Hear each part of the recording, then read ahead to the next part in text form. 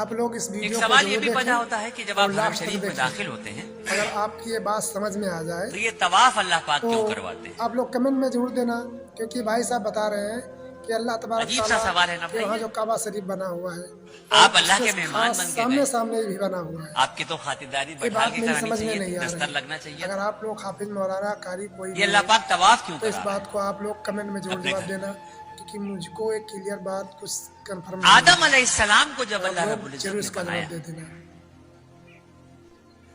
فرشتوں کو جب یہ حکم دیا کہ آدم کو سجدہ کرو، اللہ رب العزت نے آدم علیہ السلام کا اور فرشتوں کا ذہنی اعتبار سے مقابلہ کروایا، اور اس ذہنی اعتبار کے مقابلے میں آدم علیہ السلام کی جیت ہوئی، اور فرشتوں نے 7ویں آسمان پہ بیت المعمور کے نام سے اللہ کا ایک گھر ہے اس کا طواف کیا.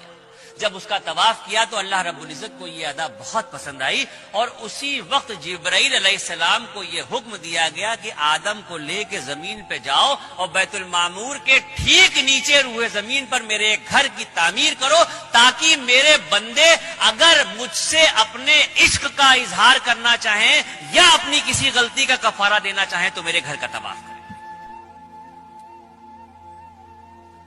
اگر مجھ سے اپنے عشق کا اظہار کرنا چاہیں یا اپنی کسی غلطی کا کفارہ دینا چاہیں تو میرے اس گھر کا طواف کریں. اور سن لیجئے، ہم جو اللہ کی اشرف المخلوق ہیں، ہماری جب تک سانس چل رہی ہے آپشن کھلے ہوئے ہیں ہمارے سامنے. ہم زندگی میں جتنی بار چاہیں مکہ شریف جائیں، جتنی بار چاہیں حرم شریف جائیں، اور جتنا چاہیں اتنا طواف کریں.